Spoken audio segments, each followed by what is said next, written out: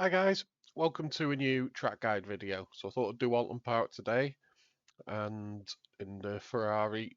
So I'm gonna do a very slow check of the replay and then I'll show you the flying lap in the car. So let's get started. Let's slow the speed down. Oh my god. Right, so this is if you're doing quali, if you've got a good exit, and you're starting your flying lap now. So let's slow it down.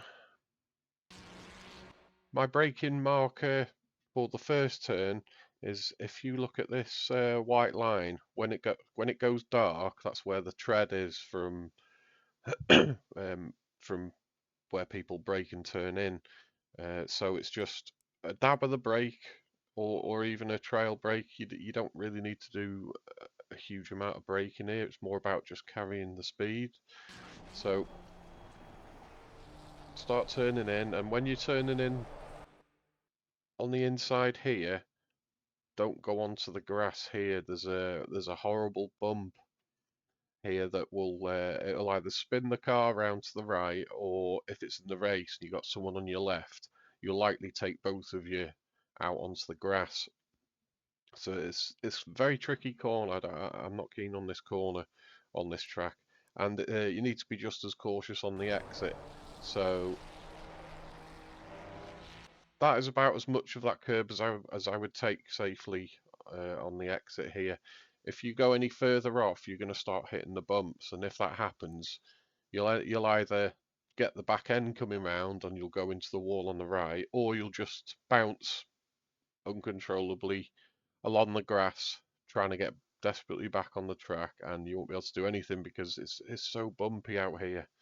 It really is. So don't take any more of this curb if you can help it than what I'm doing here. Just half the car off the road. That's as much as I'm comfortable with, and then get back on the track before the end of the rumble strip because it gets bumpy towards the end as well. So there. Right, coming up to turn two. Going flat up to about here. So around these Pirelli signs is roughly where I'll start to brake. If I'm carrying full fuel, um, I'll brake a little bit earlier so I don't go deep because of the weight of the car. And you don't need to brake much. What I'll do, oh, I'll put the hood on. Right, so there's the hood to show the inputs. So I try and hug this on the inside as much as I can, so I'm not covering more distance than I need to. If you go wide through here, you'll lose a lot of time, and you'll end up with your line will be compromised. And if you just look here, if you have a look at this, it kind of dips in like a kind of like water drainage, a little bit like that. One, two, three, turn four, I think it is on Paul Ricard, where if you get your tyres on the inside of that, there is a fair amount of grip if you just touch it, but don't take too much though because it's bumpy, and you need to also be careful on the exit, getting on the power as early as you can. And I prefer not to go on here, but the brown part, you can ride it up to about here. You know, it's got a flat line through it, but if you go too far onto the grass here, you'll have another uncontrollable bounce where you're just riding along the grass for ages trying to get back on. So I generally try not to take too much of this just to be safe in the Ferrari. Front engine cars don't seem to be as bad, but the Ferrari, as sketchy as it is over bumps, I generally am more cautious here driving this car. So next left-hander, don't you don't need to brake for this. It's just a lift corner. I'll generally do it in fifth, so I'll get into fifth here, and then right there, just before this bit of road ends here, this is where I lift off and turn in. You need to start turning much sooner than you think, but don't turn in too much because you don't want to be again touching the grass. And let's just turn in really tight, just skimming the inside as much as I can, but without touching the rumble strip or the grass. If you go a little bit deep or you turn in a little bit too late and you're in fifth, just pop it down to fourth, and just that bit of engine braking should help turn you in, and you should be okay. But get on the power as soon as you can, like I'm on the power already here, and the downforce will pin you down enough to get through to the exit nice and tight.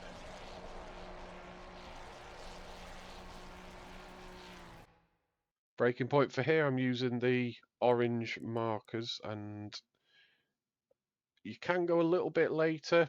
You can go a car length or so later, but if you go too late, then when you hit this banked corner, I'm wanting to hold the inside as much as possible, because if you go too deep, you'll end up on the outside, and there's not much grip here. So once you get onto this lighter patch of road, it becomes a bit slippery, and it's hard to get the power down and turn in. Then it's like in the race, if you're side by side with someone, and if you've got the inside here, you'll be fine, because the chances are it's very hard for someone to make a move on the outside on this corner. So into second, don't drop it into first here, just use second to power through, because putting it in first on all the bumps, it'll trigger the TC. And if you look there, if you watch my TC on the right, if you notice, it's not actually triggering, but in first it will. So it might feel like you're having a slow exit in second, because it always sounds like it's bogging down, but on this track, second gear is more useful than on other tracks. So braking point, I'm usually using this, I'm going to call it a pogo stick, right there. And drop it into second, and then you need to set up this part. You need to cut this so that you've got a good angle. You're setting up, using this part to set up for the right-hander. And so if you drive around this, you've got to swing out quite far to then turn in and make the apex. And it's much quicker to just bounce roughly half the car over that bump,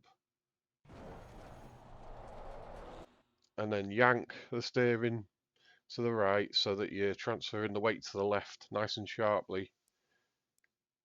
And then don't take too much of this, because if you take too much of this, you usually end up coming around and you'll end up doing a donut over here. Sometimes if you take it really severely, you'll end up going off on the left, and being out on the grass over there, it's quite hard to get back on. So you can use this left-hand curb on the exit. It's pretty smooth, no troubles there, and you can use a bit of the rumble strip on the right there for the exit. Just don't wander grass. And then going flat down to here, I'm braking around the 1 mark. You can brake a tiny bit later in the Ferrari, in quali trim, maybe half a car length more, and you'll still make the next corner because the engine braking's that good. So really ragging it down the gearbox, turning in. You can skim a bit of this like I've just done there, but don't take much of it because they can upset the car. I don't typically try and take any of this. I try and just take it smoothly. But on this particular lap I have. You can do this in first or second. Last night I was starting to think that using first to turn in and then whacking it up to second to get through this may have been a little bit quicker, but I'm not 100% sure. I've done it in first here, and don't try and take them tyres out. On an outlap you're okay, you just drive across, but it's really really bumpy along here, so I try not to take much of this other than just a little bit of the rumble strip on the way through. So if you're not doing that in second, then get it up to second around now, so that you can swing out. I should have really gone out a little bit further then.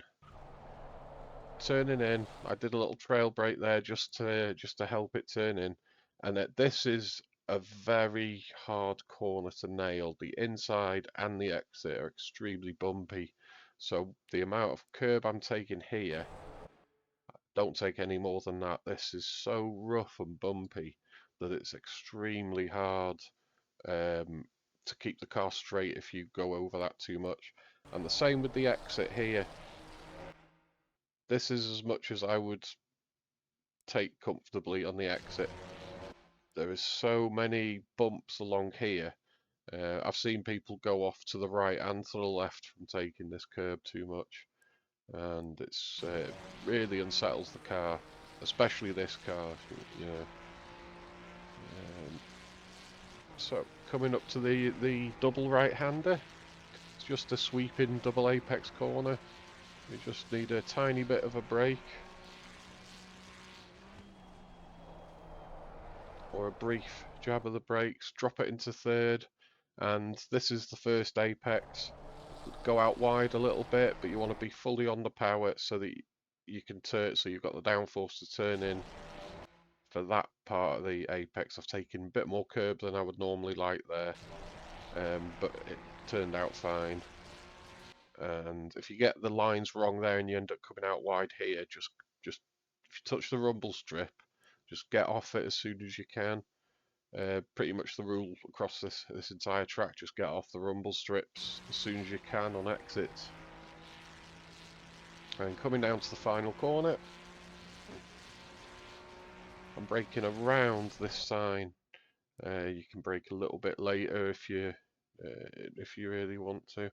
And for the final corner, I'm turning in where this this line goes from being covered in tread to turning white. That's where I end up starting to turn in, using second gear for the corner. Make sure that you just take a little bit of this, and then you can go wide on the exit to open up the steering. The less you're steering on exits, the more acceleration you're getting. And then hug that left inside as tight as you can to get to the finish line. And that's that. So let's do let's go into a flying lap. I'll show the steering inputs. Okay, so let's go back up to normal speed. Right, so this is the start of that lap at normal speed.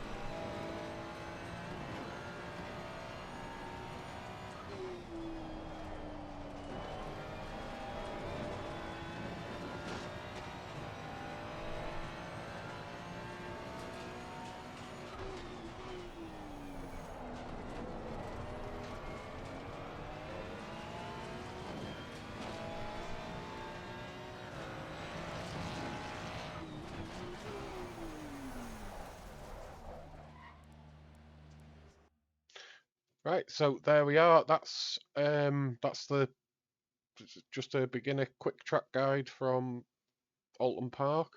And if you've got any questions, just let me know, and hopefully that'll be of some help to someone. So thanks for coming, guys, and I shall speak to you soon. Take care.